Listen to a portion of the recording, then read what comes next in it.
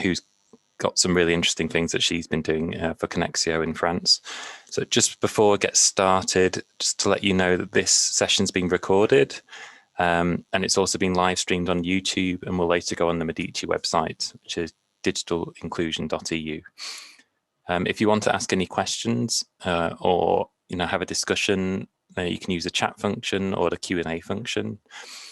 So just go ahead and feel free to do that.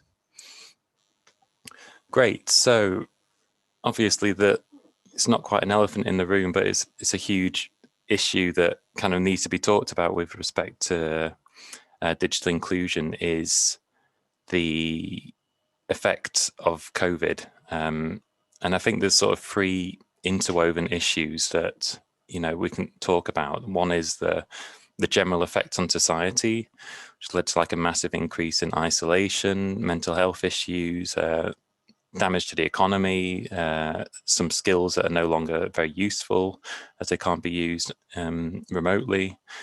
And then the impact on digital excluded communities is even more severe, because a lot of the people who are lonely then can't connect with other people as well, especially say the elderly or people who are new to a community. It's very difficult to sort of get social connections or to kind of tap into the local economy.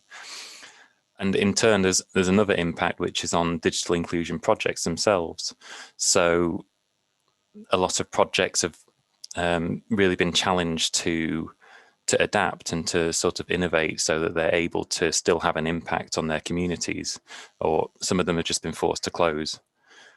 So there's a few ways that different levels of society and different levels of sort of organizations have been able to try and adapt. And first, at the national and regional level, there's been a lot more awareness of the impact of digital inclusion, because it's so much more obvious now. So if you have a child who's forced into homeschooling and doesn't have a laptop, it's a very obvious issue there that was not quite as obvious before. So there's been some services which have scaled up to sort of address digital inclusion more widely. And also some facilities have been increased, and new roles for, say, digital inclusion champions have been instituted. So some examples we found in the Medici catalogue are Go On NI at Northern Ireland, which is an existing platform for the Department of Finance and has really been expanded since COVID hit. Another is Digital Women in Germany. And then at a project level, like I said, there's been quite a lot of innovation, and there's been a lot more remote learning needed. But this is a massive challenge for the people who are, really on the other side of the digital divide, who don't have any kind of access to the internet or any devices. So new teaching has been needed, really, new approaches to teaching. And also new topics as well. So how to engage in track and trace, how to socialize at a distance. These sorts of issues were not really a problem before.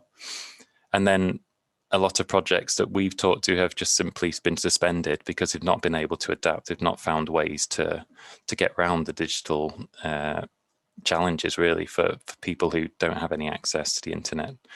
I think another thing we've seen is an increased workload on staff that, before they were able to invite people to courses and log on quite easily. And now they're doing three things at the same time, trying to see people, trying to do phone calls, and trying to do, courses online using Zoom for people who've never used it before. So we saw a couple of good examples: Digital Tandem in Germany, Action Foundation, which you can look on the Medici website. But I think one of the most exciting ones that I've seen who've really, risen up to the challenge are Connexio, which Jean Gore here is the co-founder of. And, they're a very successful organization, even if they're quite new. Had the finalists at the Google Impact Challenge Awards, the European Social Innovation Competition, and the European Investment Bank's Social Innovation Tournament. And they recently were winners of the Future Skills Innovation Challenge. So I'm going to give the floor to Jean now, just to explain more about Connexio, what practices she's seen, and how they've adapted their own services. Much, David, and really nice to meet you all. Hopefully my network here, will stay the call. If not, we will have a live demonstration of the impacts of digital exclusion. So I also have some slides I would like to share.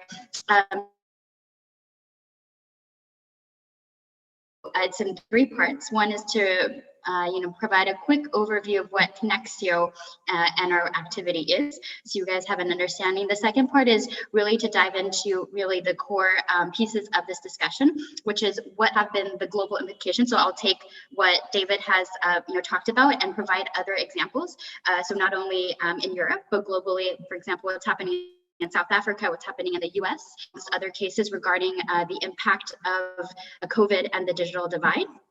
And finally, I will just set my screen here so you can see my slides.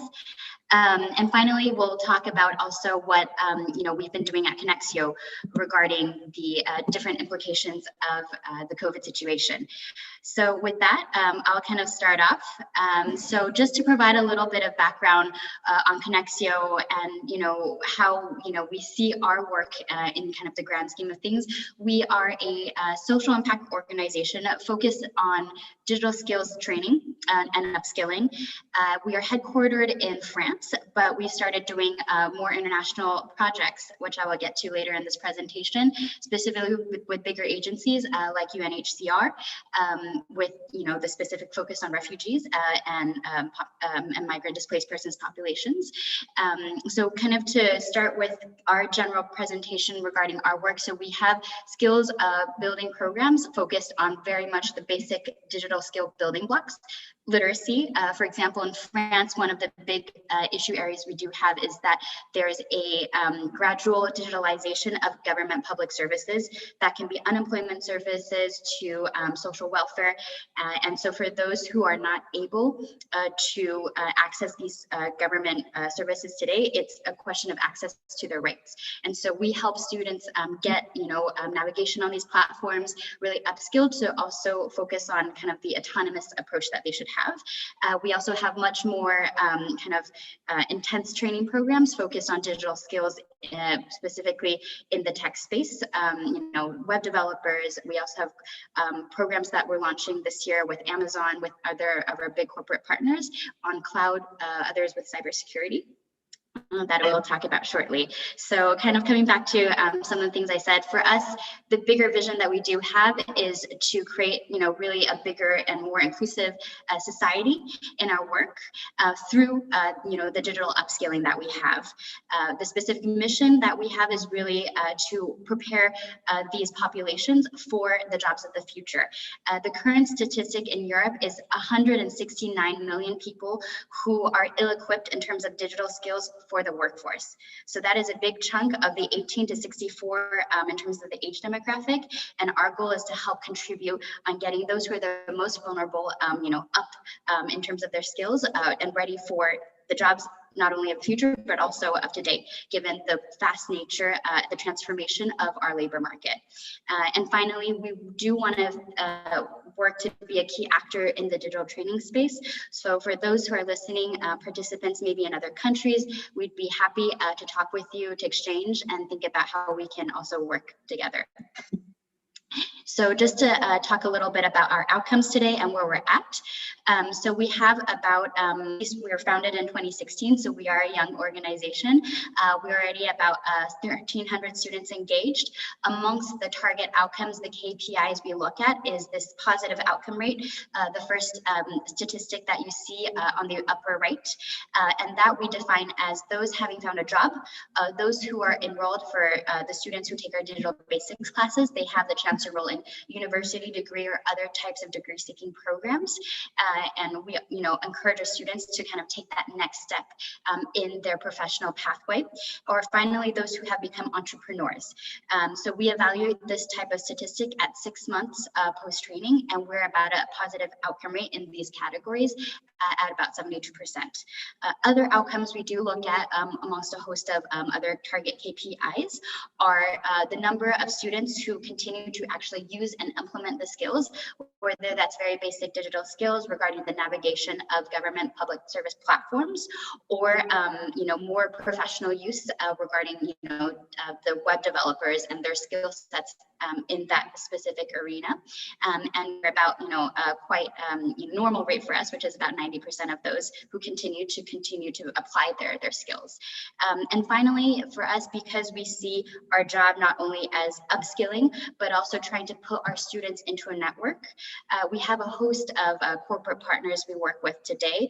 Historically, we started with the tech firms, so the Google, Salesforce, SAP, these firms, but we really want to continue to enlarge the scope and be able to work with the huge community, because for us to really get someone into that labor market, into that last piece, it also is about the soft skills, which I will talk about very briefly in the first part of my presentation.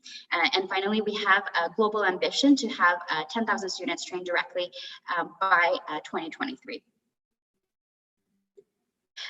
So just to mention very briefly some of the part attributes. So some of the things that really characterize our training go from having a more holistic training where we look at first and foremost the tech skills, but also we think about the other wraparound services, the soft skills, putting our students in touch with tech mentors, kind of the whole package that really makes important. And we do have an innovative approach in the sense that we've done a lot of exchanges with also tech schools in the US, some of those that have some really, really high target placement outcomes where they're at 98% placement, for example, post-training. And so we also aspire and we really look to the bigger environment to figure out how we can better our own programs. In terms of other attributes, I will pass through pretty quickly. We have a half online, half in-person approach. Obviously, we've gone more online as a result of COVID, which I'll talk about the adaptations in the third part of our presentation. But we do also focus on an in-person part, given that we work with students who are quite vulnerable, who might not even have the equipment necessary. And so for us, it's about bringing them into the community, upskill them to a certain level of autonomy where they potentially can pass directly online. And then finally, in terms of some of our other attributes, we do focus on a lot of very practical case studies within the programs. So for example, within our program that we've launched internationally with the UN and JRS in Malawi, we train our students to become online freelancers. And so all the case studies, all the training materials are focused on this specific goal, even though that the basic nuts and bolts of the digital skills might be similar. And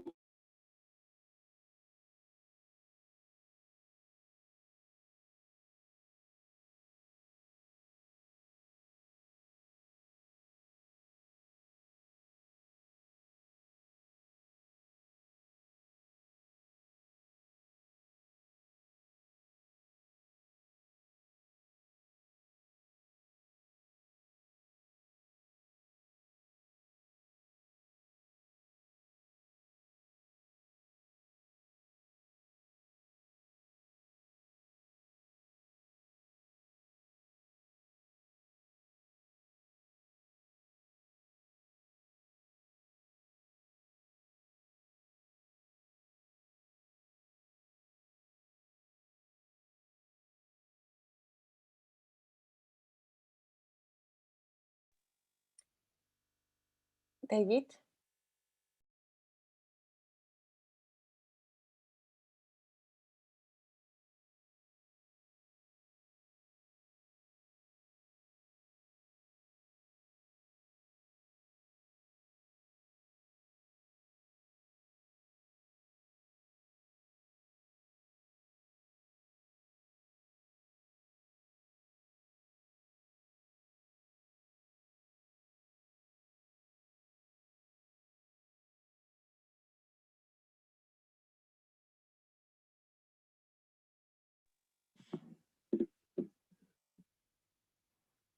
hello, can you hear me?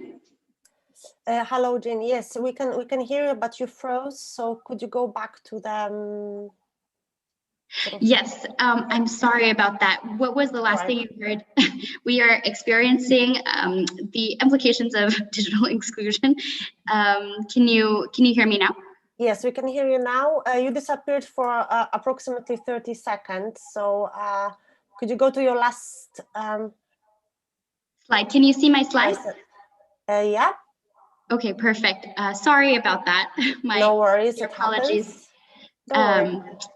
And then maybe I will go back to my last slide on where we work. Yes, perfect. Yeah. Thank you very much. Okay, let's continue. Okay. We pray that this will not happen again. So just to briefly talk about where we work. So I was mentioning earlier that we today at Connexio, we are in Greater Paris region, in Bordeaux in the south, and then Les Hauts-de-France, Lille in the north. And then we have international partnerships, so specifically Malawi. And currently we're working with different partners to develop programs. Our target countries are in Jordan, in Kenya, and then also in Cameroon. And I will pass through this part of the presentation more quickly, but just to give you guys a more concrete idea of some of our programs and what we target. So our digital program is really the basics, where we have different modules and to enable our students to acquire the basic building blocks. We have a focus on getting, up to speed, all of the digital tools we use today. That can be, the Microsoft Office suite to the digital tools for work, specifically collaborative work, for example, the Google Suite, as well as tools for project management, communication like Slack and Trello. And we base it on also this focus on getting them into kind of the working culture today, the digital working culture, which is interesting in the sense that we do work with a lot of youth who are very quick with the tools today, the Snapchat, TikTok, but our focus is really to get them also into the professional vein and to be able to work on the professional toolkit of skills, to be able to apply to job, have a very strong online presence with LinkedIn, etc.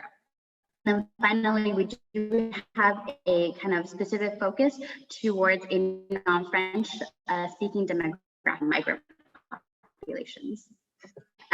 Briefly to talk about our code program, we have a code program that is in multiple blocks as well. Given our work as a training provider, a certified training provider, we have blocks that are certified in the French curriculum. So we can deliver up to the equivalent of a 2 years college degree in France. And we have the basic blocks as well, the DD Start, which really helps our students discover and decide if they want to continue into and become a developer or go into the tech space. And we have much longer trainings that really test them and really get them into the tech profession. And so we have also, as part of our training approach, a mandatory apprenticeship in the sense that they are required to do a type of apprenticeship, internship of some sort to validate their training path. Here are just some examples of testimonials of companies and recruiters who have worked with our students.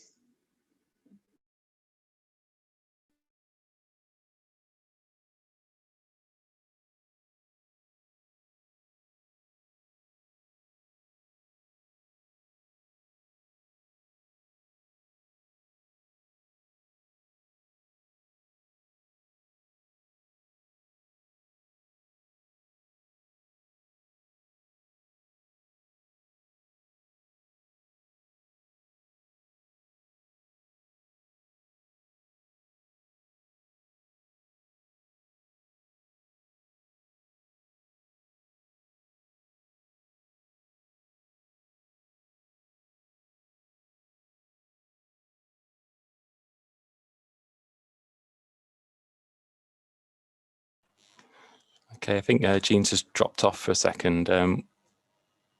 We'll just wait for her to come back in a second.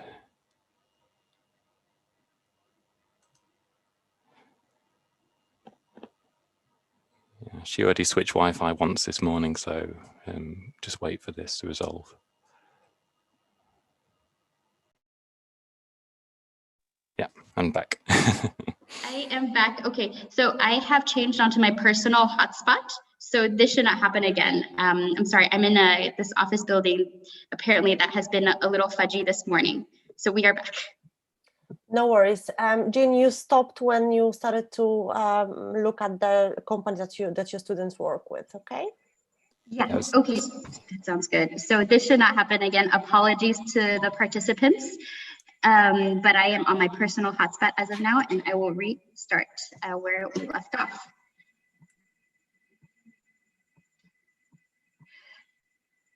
Okay, and you guys can see my screen? Yes. Okay, perfect. I was briefly talking about our global digital inclusion program, which is our work in Malawi in a refugee camp with the UNHCR and JRS.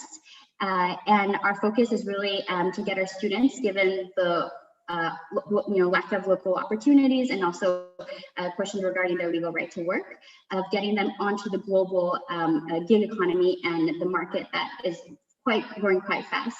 I think it's already 300 billion or plus type of market, and we see a lot of potential for our students to develop digital skills to compete on the global market.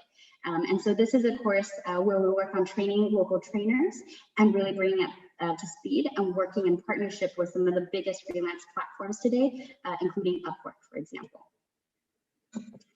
And finally here, just sharing with you guys some of the outcomes, first outcomes of our programs here. So amongst those, we look at how many, what percentage of the students have engaged in income or earning activity. Some initial results on earnings were about a little less than 500 USD per month, but we're hoping to really increase that over time. We have an 80% completion rate in terms of this type of program. So I'm going to pass on to kind of the second part of the presentation, which is really to discuss what are some of the big issues today regarding the digital divide, and taking piggyback off of David's work, really talking about some case studies that we thought were interesting to look at internationally. So as he was saying, in terms of society's most vulnerable groups, it's those who are low income, who've not finished school, who are really disproportionately part of this losing end of the digital divide. For example, in the US, there was a statistic that only 4% of people who did not have a high school diploma, only 4% of them were able to work remotely, which is a stark contrast, with those who had higher levels of education. According to the UN and some recent reports, women were also disproportionately impacted regarding, the dissemination of public health information, tracking of symptoms. There were different inequalities across these types of divides.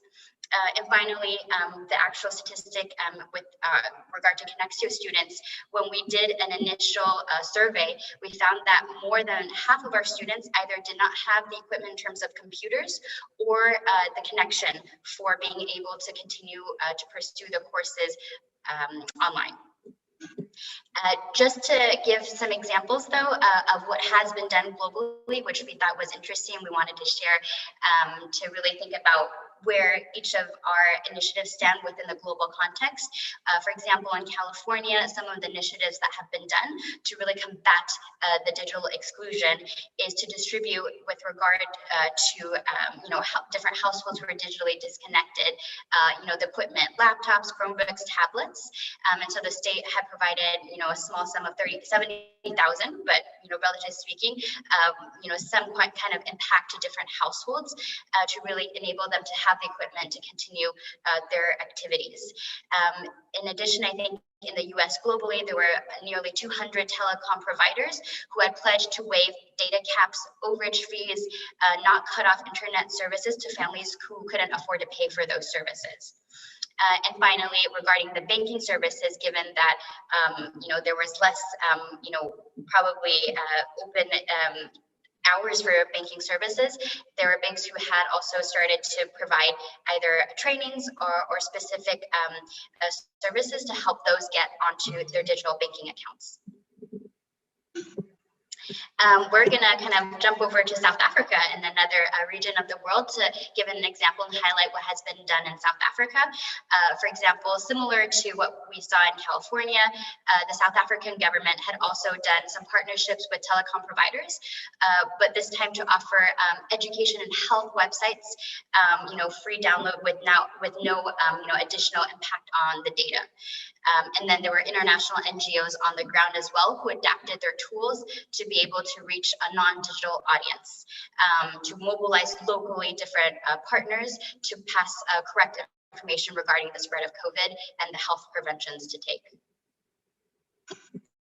And then now we're going to come back to Europe in our last example regarding what the government has done. So we were actually mobilized in the first part of the lockdown in France, which was last spring, to contribute to a platform they launched called Solidarité Numérique, which had an objective, given that a lot of services were closed, to provide a way, either resources, advice, guidance to those who are digitally excluded. So they had trained mediators that responded to a hotline to help those who could no longer go in person to some of these government services to figure out, how they were able to maybe access or do these things simply online. And so we had contributed some resources, guides that we uploaded and we sent to be added to the platform. And then currently, the government in France has announced as part of their multi-billion-dollar recovery plan, $200 million just for digital inclusion in France. Part of the initiative comes down into two blocks. One is that they want to deploy 4,000 digital advisors nationally across the territory that will be recruited, trained to help combat digital exclusion locally. So they could be, staffed in these government public agencies or libraries or different types of sites to help those who are digitally disconnected. And then they're also funding kind of these accessible digital inclusion kits for these local structures, local agencies, maybe local organizations who have the mission to really work with the local vulnerable populations. And then finally, I'll pass on to the last part of my presentation, which is specifically, what David has asked me to do to discuss Connexio's COVID-19 actions and our adaptation. So we can kind of go into a few parts. The main part is what we actually did for our programs.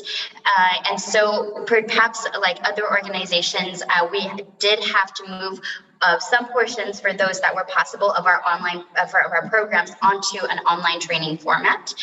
So on the right here, you have a screenshot of some of our courses that we did move to an online format. And what is interesting about that is some of the courses we actually moved onto this format we have kept and decided to keep. So this test and learn process that we've had has actually also helped us innovate and think about how do we prepare not only for post-COVID, but also, a more digitally, familiar population where everyone will have gotten more exposure. And in terms of the behaviors, a little bit more sticky.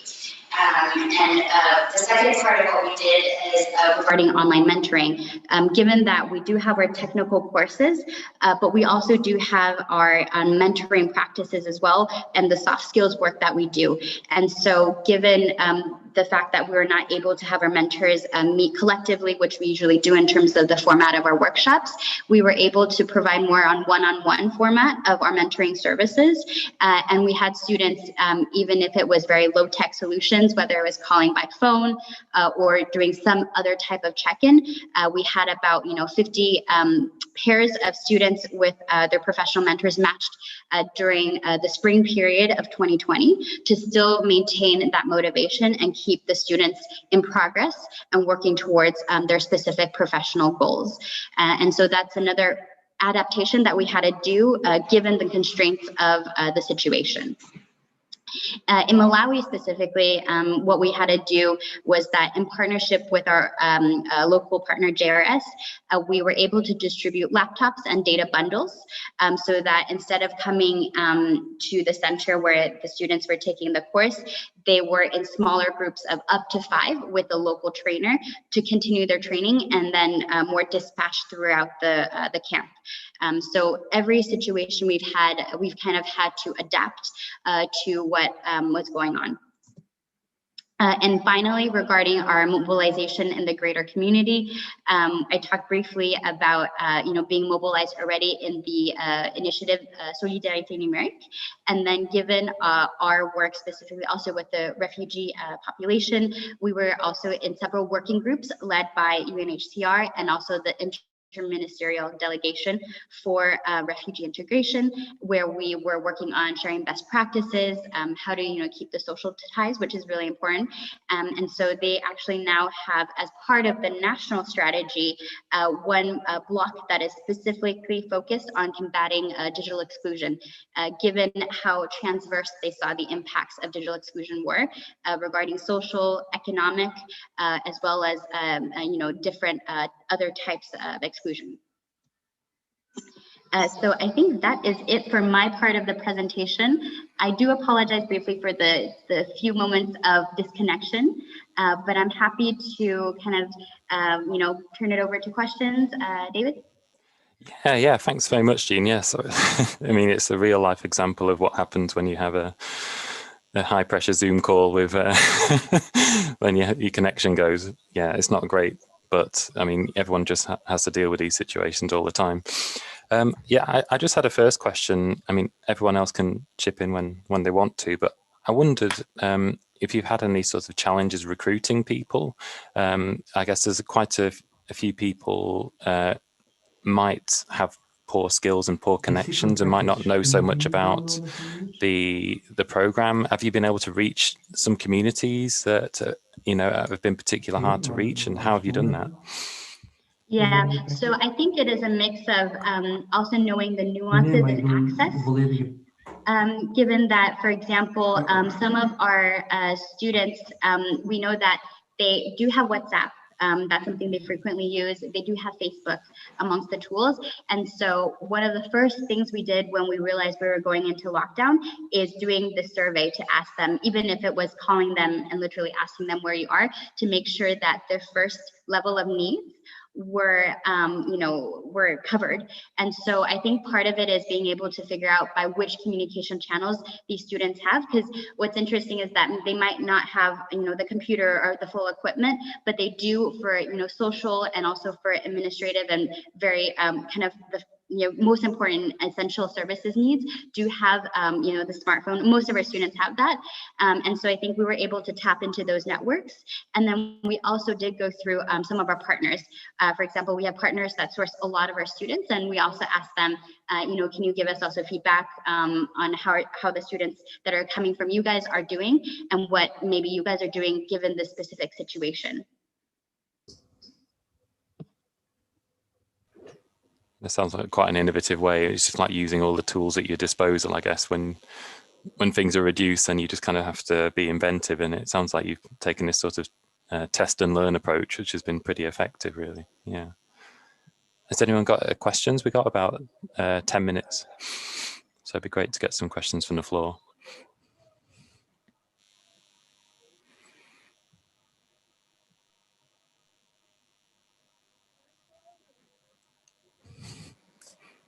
Just technical, you are all allowed to speak. So if you have a question directly, you can just unmute yourself and ask the question directly to the speakers. Thank you.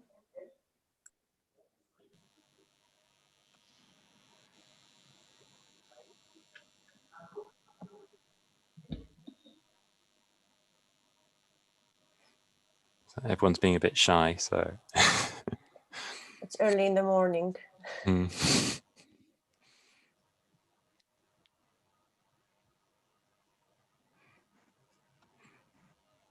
Yeah, I wonder how it's been part of the. I'm not going to try a French accent, but the French national level response. Has it been a very coordinated response? Has it been quite multifaceted? Try to engage different people, different partners in the overall national response? Yeah, no, I think it's been quite an interesting, and I think, you know, I do definitely admire the government taking this effort and spearheading it. I think there are kind of the national in terms of ambitions and the objectives to really deploy this initiative, for example, and then now it's very much down to the local level to figure out how do we coordinate. So, for example, about 2 weeks ago, we attended a kind of a official signing of the initiative being deployed in Saint-Denis, which is one of you know, the big cities outside of Paris that has, you know, a lot of these needs. And so what we saw was that, you know, there was the coordination of the local cities, but also the region. And so, you know, coming kind of back to this, it's, I think, a kind of multifaceted approach in the sense that you do need some level of coordination at different levels, because you need to figure out who knows the most local needs on the ground. So that requires maybe, you know, the nonprofits, the other organizations that are there, but it also does require government backing, and not just national level backing, but also local level, to make sure that, you know, they are able to allocate the right people in the right places. Yeah, it seems quite unusual what's happened in France, because I mean, in the UK at least, there's been not so much of a national response, but quite a lot of local government response who are, you know, trying to do things by themselves. And I think without a really coordinated response, you tend to get a lot of gaps in services and a lot of shortfalls in like laptops for kids and that sort of thing. Yeah. And one of the other maybe interesting questions to think about is, you know, in our job, it's also to think about how do we work to maybe have propositions that we can maybe suggest even to some of the major government actors, given that we have this local expertise on the ground, we see the needs of our students. And so one of the things that, you know, is more maybe a philosophical question, not to be perhaps answered today, but is whose role is that as well? Because we see also companies stepping in. We do see maybe in some places government stepping in. Also, we have local citizen initiatives. But I think with some of these big issues, I think that's one of the questions that has, you know, I imagine has been asked, and also in different places in different countries, maybe different actors have stepped up to the plate.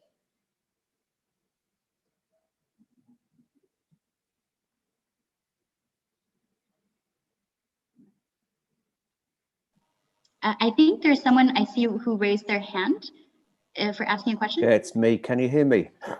Yeah. Yeah, it's a really interesting question. It occurred to me that maybe it's a reflection of the political culture. So in the UK, as Dave pointed out, and in fact, the response to COVID has been firefighting rather than preemptive. It's always been reactive rather than strategic. And it's the same for me with the digital field. So France, you know, at the risk of coining a cliche, has for a long time had a more centralized culture, and has delivered a lot of large scale initiatives at the national level for supporting digital inclusion. Whereas by contrast, I think the UK's adoption of a more neoliberalist approach reflects the embedded culture in this country, and I think that's very clearly reflected in the distribution of practices. I'll talk about this later, but you know, the UK is by far out there in terms of delivering on the ground initiatives to support digital inclusion, a lot of which are driven by grassroots organizations. And I think that's very much connected with the political culture at the national level. Yeah, no, I think that is interesting. Yeah, and maybe, you know, to have this also be impacted in open discussion, do you see that there could be a role, or, you know, if in a more ideal environment for maybe local government to step in, or to maybe have more better coordination efforts, because I know that there were some national actors, for example, in France that coordinated to try and maybe centralize even the deployment, distribution of donated computers, for example.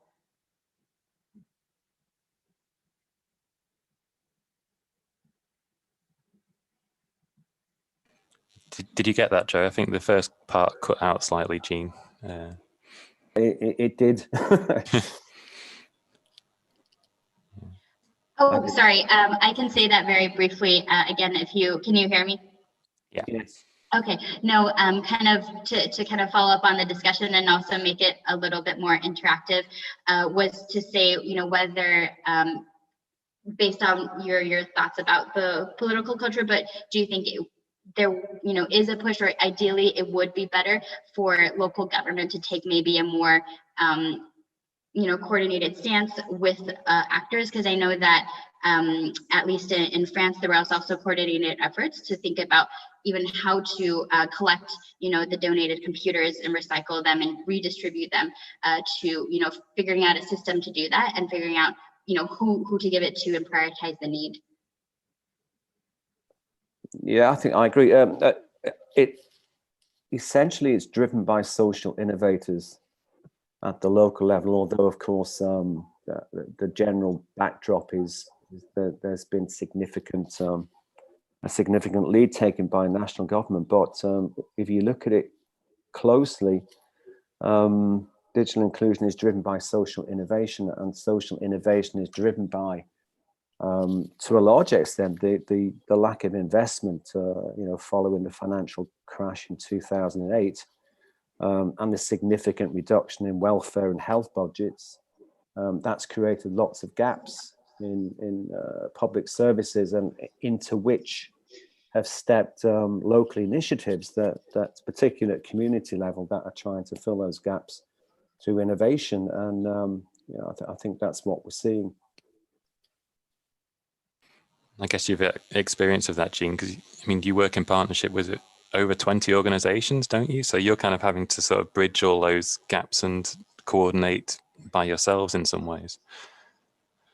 Yeah, I think in regard to our work, I think we try to figure out in the ecosystems, a lot of the partners we work with, especially who send us students, just in those we have about 200 partners. And so we know that each of them had very, very different issues, things that they had to kind of work with if they were, sheltering services or health services or other types of kind of organizations that provided these basic needs.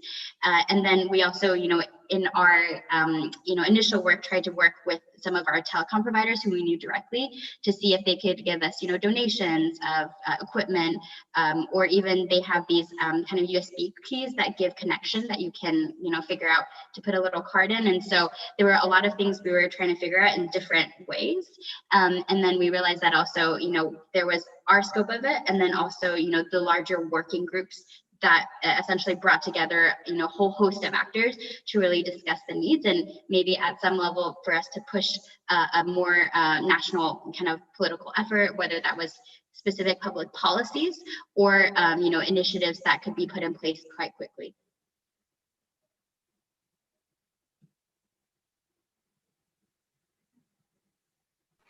I was wondering as well how your plans for expansion have been affected by COVID, and whether it sort of led you to be ambitious or to kind of to cut back a bit, because I know you have the refugee camps in Jordan and Malawi and in different parts of France as well, apart from Paris. Yeah, no, that's a good question. I think like a lot of the other organizations, we've had to really readjust our planning, our projections for what we could achieve. So, in terms of classrooms, we're reduced to smaller sizes, even now, to respect the sanitary conditions. But outside of that, I think it's been kind of a double-edged sword in the sense that on one hand, it's limited some of the progress we've been able to make logistically. But on the other hand, we've also seen the huge need for bridging the divide. And so we've been in touch with more international partners where they see that this has become an even more important issue. And, they, in terms of how we want to project, our and really build up the project, think about ways to even get these projects on the ground a little bit faster, given the immediate need and the implications of not being kind of included digitally. Okay, that's really great. I'm glad we ended on that. That was quite a nice ending point, I think, really, because it's been such a huge impact, and most of it's not been positive, even though you've managed to sort of eke out quite a lot of positives from the situation. I'm just going to quickly share the schedule for the rest of the day. So in just 15 minutes, there's a session on the project results, which is led partly by Joe, who was asking the questions earlier, which you can register for there. But I think Marta's going to put the link in the chat as well. And then the final session of the conference is going to be 11:35. So it's quite a packed morning, really. But that's a shorter session, and it's on digital inclusion, the new normal, sustainability in post-COVID times. So great. Thanks very much for attending the session. And for listening to Jean. I mean, I hope we all learned a lot. I always do whenever I talk to Jean. We have a podcast that we did a few months ago, which I encourage you to check out as well. But yeah, in the meantime, thanks very much, and hope to see you soon. Thank you, everyone, as well. Thank you very much. And I'm ending the session.